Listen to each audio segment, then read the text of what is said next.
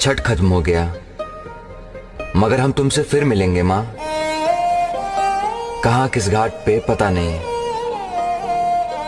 माँ हम फिर पूरे एक साल इंतजार करेंगे कि फिर से छठ एक बहाना बन के आए और हमको हमारे बिहार बुलाए। माँ हम फिर घाट पे दौरा लेकर जाएंगे। हम फिर वो रोटी, खीर और ठेकुआ खाएंगे। फिर अपने भाई बहनों के साथ 2 पल बिताएंगे। हम फिर दादी से छठी माई के गीत सुनेंगे। हम फिर छठ घर आएंगे माँ।